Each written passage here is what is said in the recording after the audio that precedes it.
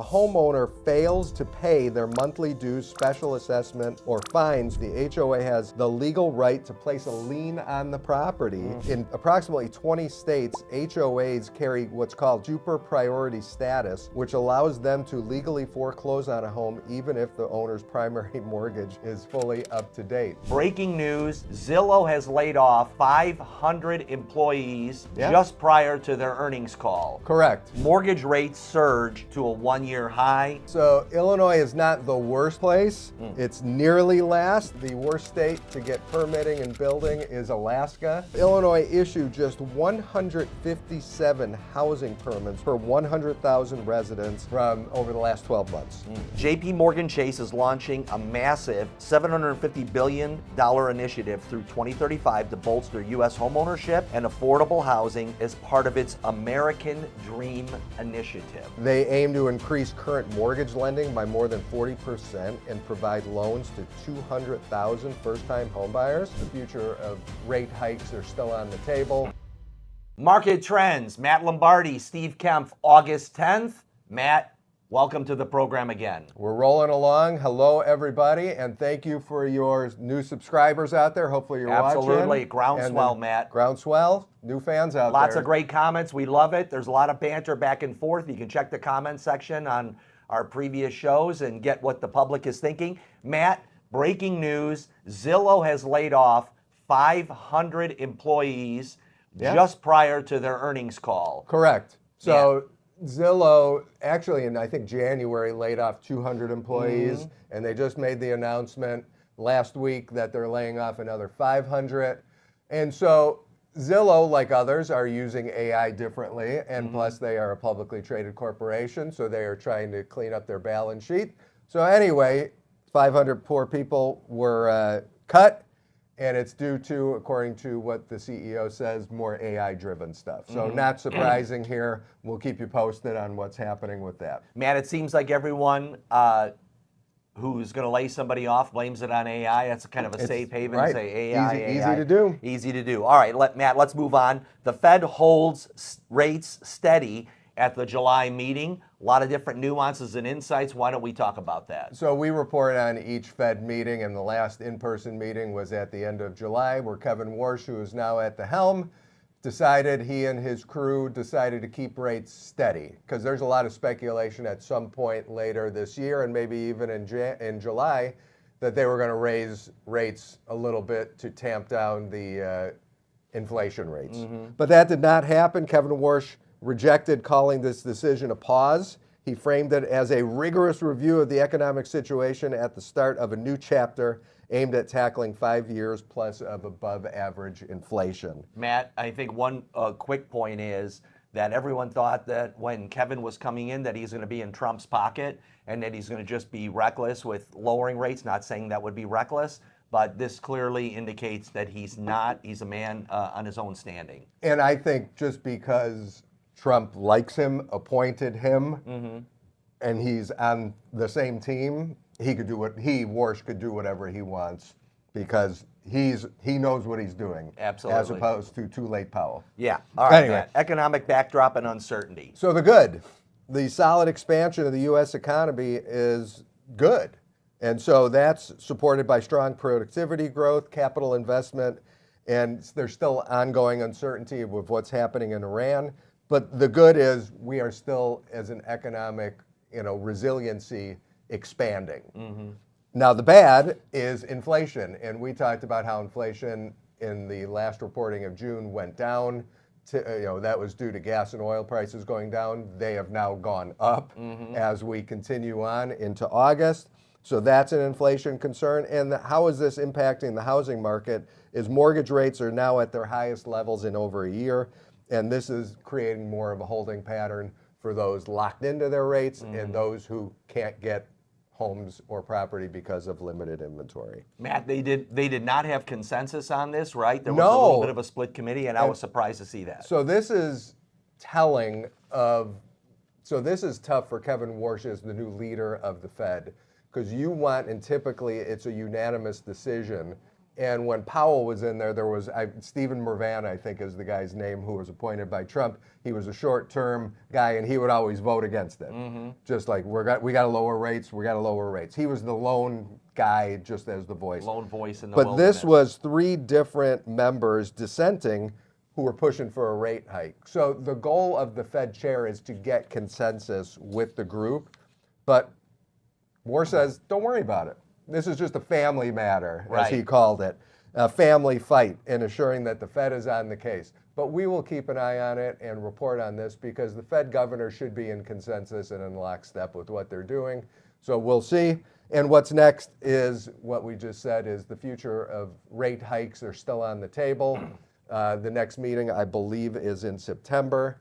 But the Fed can raise rates at any time. They don't need an official meeting, and I've actually heard that from a few pundits out there, that Warsh, if he wants to take an active role, he could do it in this month of August and say, we're going to raise it by a quarter point. So we'll see.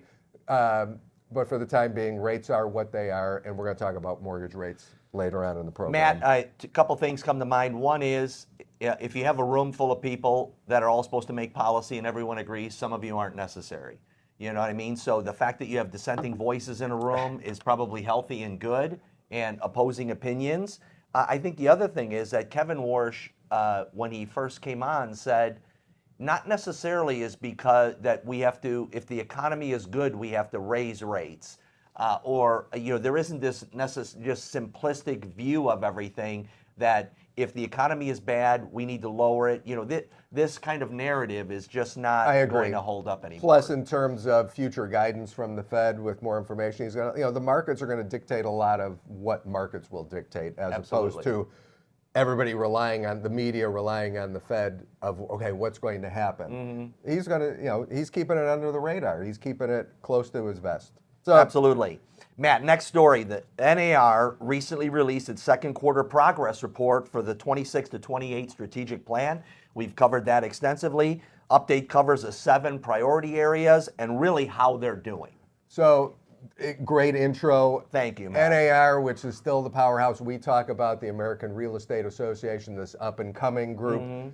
The reality is NAR realizes they are a potential competitor, but NAR is so ingrained in the fabric of the government as well as the U.S. real estate world. Community. They're not going anywhere. Yep. And so with Nikia Wright, who has now taken over and has tried to be more public in everything that NAR does, they came out with, in the first quarter, their strategic plan where we talked about it. And so this is an update of their strategic plan for the next couple of years. Kind of a report card, Matt. It's a report card, and it's a good thing. And once again, they're the ones writing it, so it's going to be all positive. Absolutely. You don't have the alternative view. Like when you have the State of the Union address, you have the counterpoint after the State of the Union, and it's like, okay, it's fun to hear that. So this is all positive. So number 1 priority, advocacy and coalition building, and this is what NAR is built on. This is their power, the advocacy and public, the voting part of it. So they helped pass the legislative housing package for the 21st Century Road to Housing. They talked about it, and I know that behind the scenes they were pushing it with the elected officials. Another point in this is they grew the Congressional Real Estate Caucus to over 150 members. And so I looked this up. I said, what is this Congressional Real Estate Caucus? It's an informal bipartisan group of lawmakers in the House dedicated to educating members of Congress on real estate issues and advocating for policies that impact the real estate sector. So this is sort of the informal group within Congress talking about real estate issues. And there's usually, don't laugh, a couple realtors or past realtors as part of the elected body. That's great. There always has been. Another part of this, priority number 1, is the tax reform research. So there's more things in the pipeline, something they're actively lobbying for, more Homes on the Market Act. So we'll see what happens with that. But advocacy is a big deal, so this is the number 1 priority. Number 2, MLS and marketplace support. They say they strengthen MLS collaboration, establishing a new dedicated MLS executive group to advise the leadership. And they mitigated operational risk, and we've talked about this. Earlier in the year, NAR sort of said, we're out. We're not going to dictate MLS policy. You local MLS providers, you do whatever you want in terms of your membership. You want non-realtors in there, you go right ahead. So they've become hands-off with the MLS side of things, and the reason for that is they're tired of getting sued.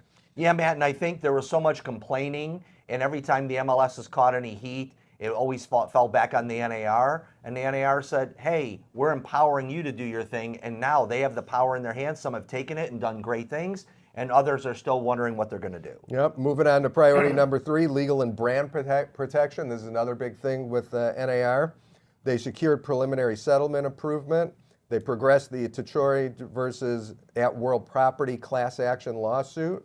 And following NAR's $52.25 million opt-in agreement in April, the judge granted preliminary approval in May, paving the way for comprehensive liability protection for millions of members, associations, and MLSs. They fended off, this is number 2, they fended off a ton of lawsuits, and we talked about many of them on previous episodes, where they successfully fought and got dismissed, 6 to 7 to 8 lawsuits challenging NAR's membership guidelines as well as MLS guidelines, which essentially says, if you want to join this MLS, you got to be a realtor member, which a lot of people said is unfair, but judges keep saying, no, it's okay. And then the last part, which is sort of a weird thing, is NAR's established this new brand protection team using AI to, it's literally they're asking members to rat out other members if they're misusing the realtor trademark. If they're using it without being a member, Matt. Basically. Well, that's part of it. Yeah. And also, if you're misrepresenting yeah. it because it is a trademark with certain rules and regulations of how you're supposed to use it. So Steve could not say, I am the #1 absolutely best realtor in Wheaton, Illinois. You could say, I am a realtor in Wheaton, Illinois. Absolutely. Anyway. Matt, I think that anytime, NAR was really sloshing in cash for a little while until the lawsuit showed up, that you become a target because they see there's a lot of money on the table. The brokers got caught up in it. And so I think that protecting the brokerages against lawsuits is going to be one of the main rubs. And if they can do that, I think they'll win some favor there. So moving on to priority number 4, which is broker engagement. And just great segue, Matt. Right, great segue, is NAR hired as a consultant and an advisor Sherry Chris, who is a long-term industry insider, if you will. She was CEO of Better Homes and Gardens franchise system for many years. She retired, and Nikea Wright brought her in as an advisor and a consultant with the goal of mending bridges in the brokerage community, because the brokers are still upset of what NAR did with them with the Sitzer-Burnett case of leaving many of the larger ones high and dry and paying the settlement on their own. So anyway, NAR has hosted more than 350 broker owners at the inaugural Broker Policy Forum during the DC Realtor legislative meetings in June. They've participated in 17 in-person broker events across the country. NAR does a lot of broker summits where they get brokers together in different areas, but they still have a lot of work to do in the brokerage community. Absolutely, Matt. And anytime you give yourself a report card, that's cool and nice. Right. But when you get feedback from brokerages, then you take action. It's time to go back and get feedback again. So it's courageous to ask for feedback once, but then along the plan, they need to do their check-ins and get the report card from the brokers because they are really driving the pulse of how the agents feel about the Right, NAR. and I would love to know, are they talking to Lennox Scott out of Washington? Are they talking to a Steve Beard here? Are they talking to a Hobie Hanna? Absolutely. Are they giving feedback from the top independent brokerages out there? So Absolutely. We may have to find out from the independent brokerages. Yeah, tech and data, Matt. Tech and data. They upgraded analytics dashboard, deployed brand new housing shortage tracker feature. They updated some of their realtor property resource, which is a proprietary database for realtor members to use on every property, commercial and residential in the U.S. So they've updated some stuff on that. Priority number 6 is governance. So NAR's governance, it's like worse than the U.S. government, how it's set up with committees, subcommittees, task forces, presidential advisory groups. Maybe they've streamlined it, but apparently they've reformed applications and launched an upgraded, more transparent committee application process, and they've addressed committee operations, continued progress on committee excellence programs, which reviews governance structures to clarify committee responsibilities, minimize overlap, and eliminate structural redundancies. Just based on my experience with NAR, a lot of people were recycled from different committees to different committees because they wanted to be involved. fantastic. You have 1,400,000, 1,500,000 members out there. Find new people who want to get involved. Yeah, Matt, and I think it's great that people are involved, and there are typically the same ones who want to serve. So if you're sitting there belly aching, get involved. Right. You know, there's plenty of work to be done, plenty of weight to be lifted, and you could be helpful there. And I'm sorry, I'm so excited to speak. Yes, absolutely. So for you realtors out there that do want to get involved, think of your local association as sort of like the farm system. Get involved at your local association.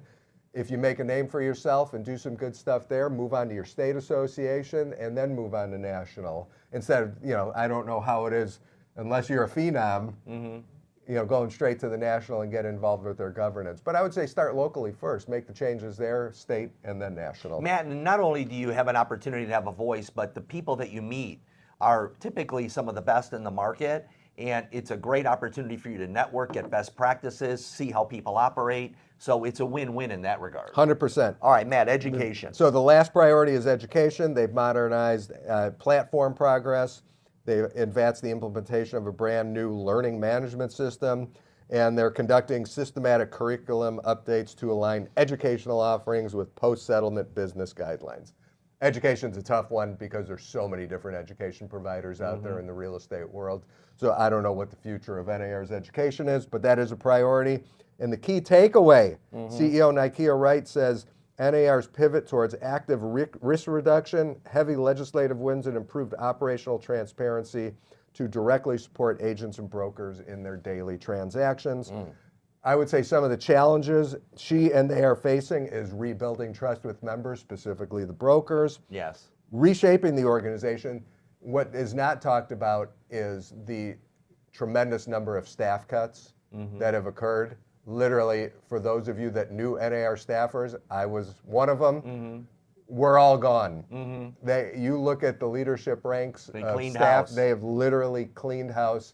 I don't know anybody out there. I look at I probably know 15% of the staff that are still there. Well, Matt, we were glad to be able to get you before the trade deadline, okay? Thanks. And then, you know, Nikia Wright was actually a panelist or had a one-on-one interview at a recent Inman conference, I think in San Diego, where she was talking about all this. And one of the points she made in addressing all these priorities is also she's sick and tired of the litigation, just in the industry in general, not just against NAR, just very litigious. And she's like, we got to play nicer together.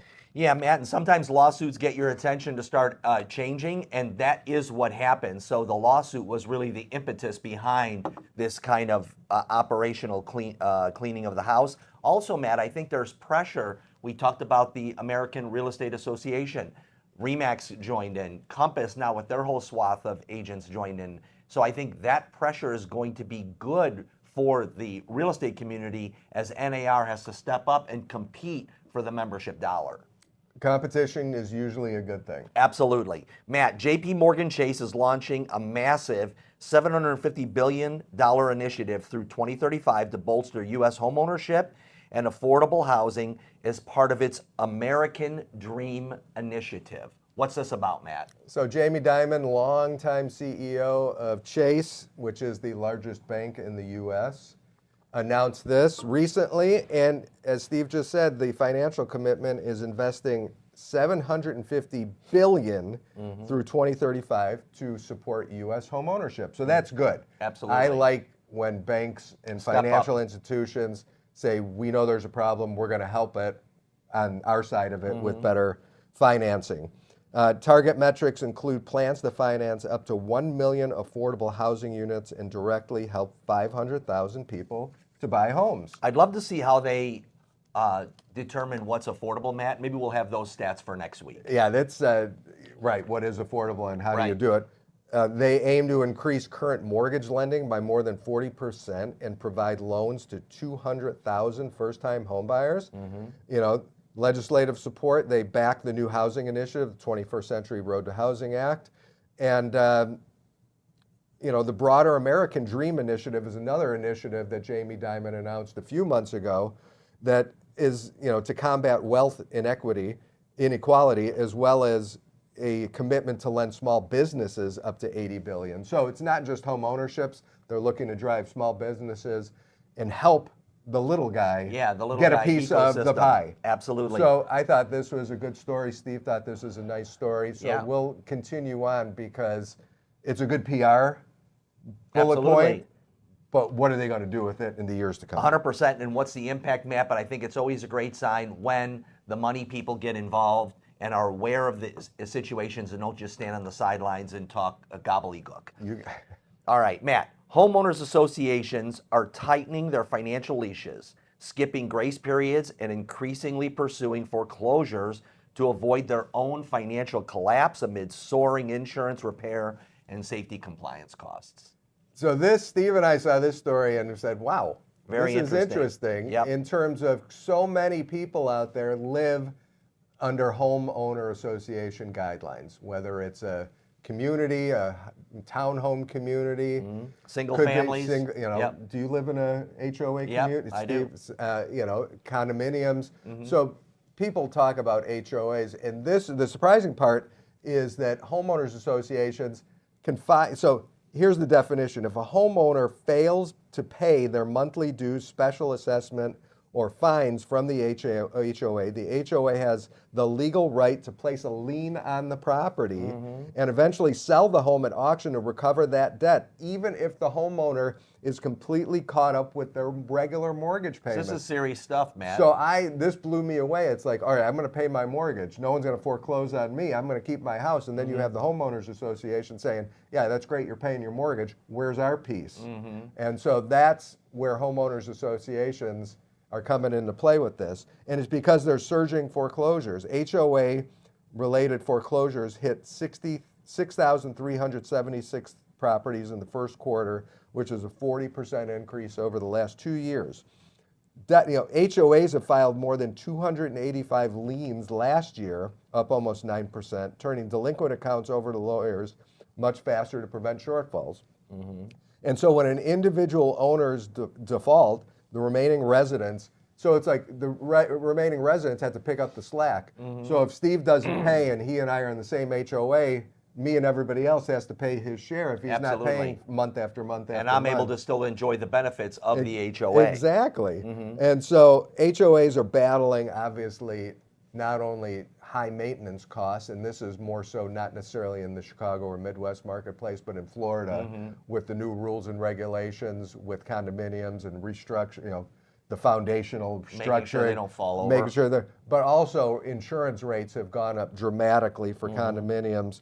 And between 24 and 2025, master insurance policy premiums rose for 91% community associations across the U.S. So that's a big nut to Yeah, Matt, and one of the impacts of these rising HOA costs is the declining of the values. And that's why you're seeing a lot of the values in Florida plummet, because people got to calculate in $1,000, $1,200, $1,500 of HOA fees. And they're like, holy mackerel, this thing is for sale for $250, but I got to pay an extra. That's like buying a place for $350 or $425 or whatever it is. Yeah, like when you look at some of the condominiums here, actually friends of ours, the relative is selling a condominium in Marina Towers. Yes. And you look at the price of the condominium, it's like, oh, that's not bad. But when you look at the taxes, as well as what the monthly HOA fees are, that's at least another $1,200 to $1,500 a month on top of what you would pay in the mortgage. Yeah. So it's like you're paying 2 mortgages to own a property like that. Absolutely. So this is another key point. In approximately 20 states, HOAs carry what's called super priority status, which allows them to legally foreclose on a home even if the owner's primary mortgage is fully up to date. And so there's a nice case study here for those of you boxing fans out there. Floyd Mayweather Jr. was his HOA put him into foreclosure proceedings, but they were able to work it out, and it just said it was an accounting error, and they paid in full. But that's a nice celebrity. Yeah, he's only made hundreds of millions, Matt. We can't expect him to pay his fair share. Exactly. So for you guys out there, for you realtors out there, for you attorneys out there, working with people and home buyers who live in homeowners associations, make sure they're up to date with their home ownership fees, because they could get foreclosed. Matt, and another thing is great agents and great attorneys, especially in our marketplace with all the HOAs here, they understand. They're able to look into the documents. How's the homeowners association up to date, their financials, whatever it is? Is there going to be a crisis down the road? And that is a big piece of the decision-making process, because you're making decisions thinking everything's going to remain status quo. Are they well enough funded to be able to replace the roof 20 years from now or whatever it is? Right, and we reported on a new company that insures HOA fees and rising fees. We need to gin that back up to see how that guy's company's doing. Absolutely. Where he created an insurance where people could buy into it in case HOA special assessments come into play. Love it, Matt. Right. Okay, Matt. Illinois home building in a drought. We know about this, but we have some stats that are interesting.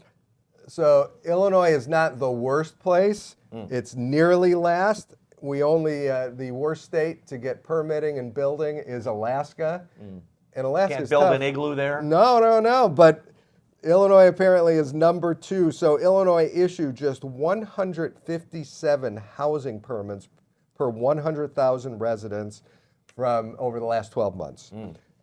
That's less than half the national average of 412 permits. And to put that in perspective, boom states are building up to 5 times at Illinois rates. For example, Texas is at 620, South Carolina is 829, and Idaho leads the nation at 861. Experts estimate Illinois is currently facing a massive deficit of at least 140 housing units. I think it's more than that. But this isn't happening because, people like to say Illinois and Chicago are losing population. In fact, Illinois is in its 3rd consecutive year of population growth, and Chicago's population is growing faster than New York, LA, and Dallas at this point. So it's not due to people leaving, it's due to not permitting. And so why are we stuck? Well, number 1, red tape and delays. Getting land approved for building entitlements takes 2 to 3 years in Illinois. And it takes less than a year in North South Carolina, Texas, Florida, other places. Number 2, zoning and costs. Local zoning restrictions, sky-high material costs, and labor shortages are keeping buildings not being built. And then the big builder monopoly, which I think is an interesting point.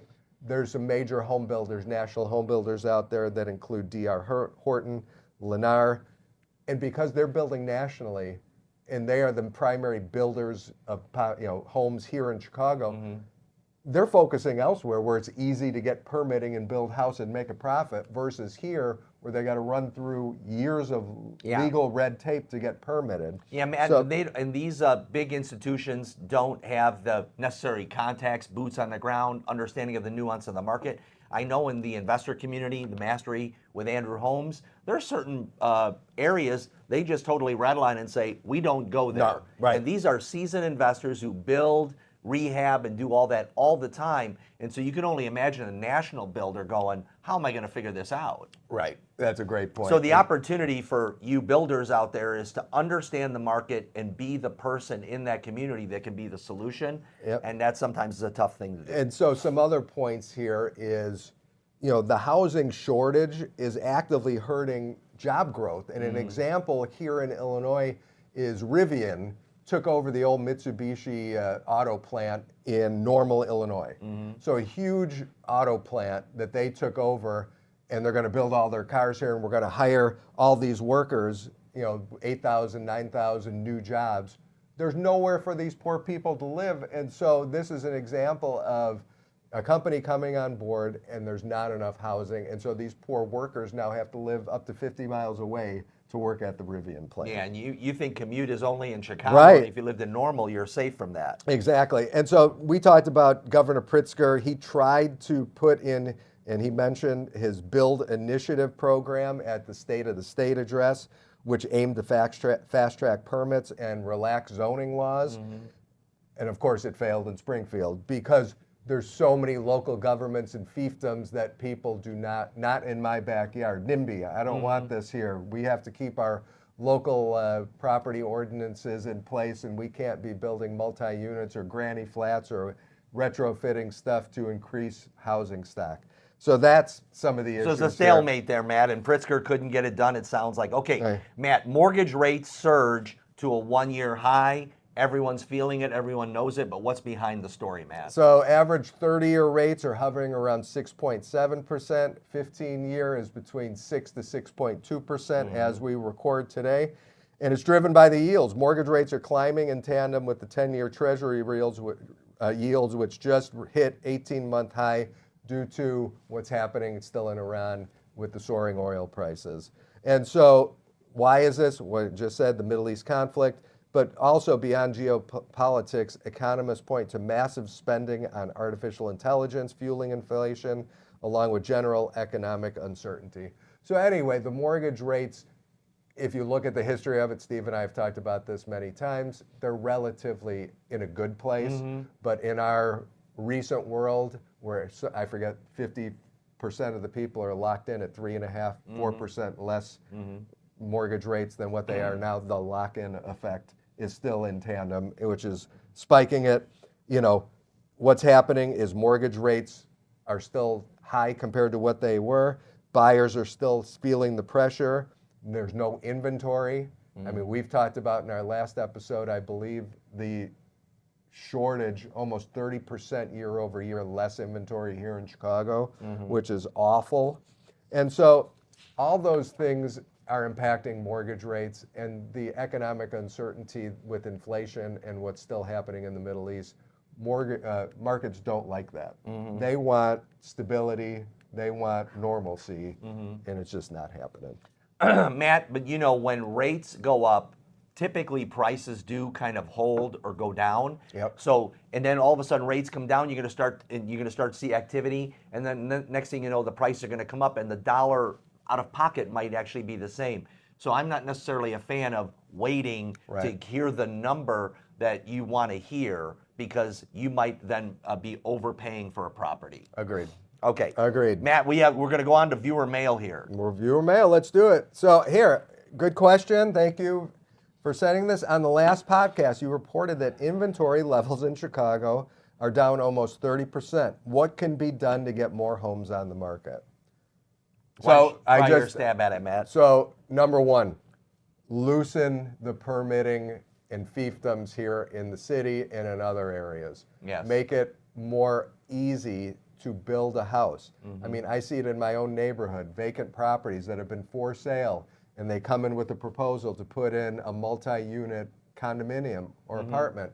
And it says, we're going to buy it, but it's contingent on us getting approval, and it just languishes there. We have, in our neighborhood, this huge swath of property. It used to be a funeral home on it, and the proposal was like a 60-unit rental apartment. It's been 2 years now. It's sitting there, and I'm sure it's due to the red tape that we just we just talked about with permitting and allowing. So that, number one, ease the permitting and ease the zoning restrictions that exist. Make it easier. Don't let each alder person, which is their own little fiefdom, there's 50 of them here in Chicago, and they can say like the Roman emperor, thumbs up or thumbs down on a project. Yep. And trust me, I've been to community meetings where they talk about properties, and it's like, let's see what happens. Yes. So that would be another thing that I think would be good, and I know that we've talked about this in the past, and others are talking about it actually at NAR, is assumable mortgages. Where there's some play where you can assume someone's mortgage at this low rate and then finance the rest at the back end using a different financial structure. I think that would help. And then, just people just loosening up inventory. I don't know how you do that. I wish there was a magic bullet. Yeah, Matt, there's an equation probably where someone who's sitting and locked in on a low rate can take that rate somewhere, and then someone can enjoy the benefit. Whatever it is, someone needs to get creative with the financing. I have a different thought, Matt. Those are great and fantastic. One is there's a pocket of homes not on the market that could be. And so I think if agents got made it their expertise to find, and I know that's part of their strategy, to find off-market properties that are just sitting there languishing because of a death in the family or whatever it is, that these people with just the right contact would sell.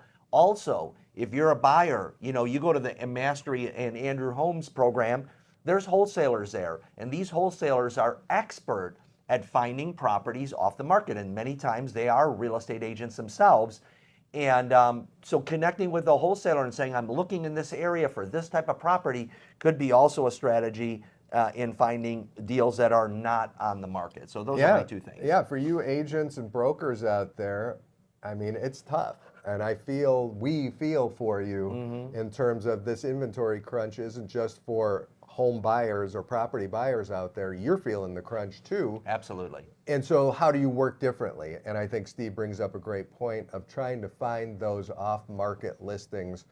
You know, you could walk around, you know, my wife and I walk around our neighborhood. You know, we live on the far northwest side. We're in Niles and Park Ridge all the time and northwest side of the city. And you could see properties, like you just visually, like, I wonder who owns this. It's not kept up like everybody Or else. there's a dumpster out front. Right. You know, something's wrong here. Maybe we should reach out to and find out who the owner is and like, hey, could we take this off your hands? Yes. And so, yeah, Beautiful. the's ways to do it. So All right, great Matt, question. We have Thank some. you. Yeah, thank you for the question.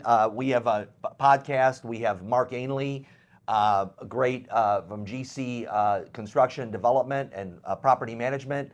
That's already on. That's a great interview. Talk about a guy who bootstrapped it, started buying properties, started renting them out, and created a whole dynasty with that. And then we have Andy Burton coming up from the Real Producer Group. Fascinating conversation about really the commonalities between real top producers in the marketplace and then the ones who aren't. And so I think it's great for anyone who's in the real estate business to give those a listen. Yeah, and Steve does a great job interviewing everybody who Fabulous, appears on the Matt. People Not Titles podcast. Yeah. I mean, I have the privilege every week of being next to Steve to do this, but Steve does It's a hard great not job. to be in awe, right, Matt? Just sitting here. Some people I know said Steve really gets people to open up in these interviews. All right. So you're like a sympathetic bartender, a priest. I've been know, all people of are those, just Matt, at one point in time people in are my just life. confessing their deepest secrets to you. But no, Love it. Steve does a fantastic job with these interviews, so please check him out. All right, Market Trends signing off. We'll see you next week. Take care.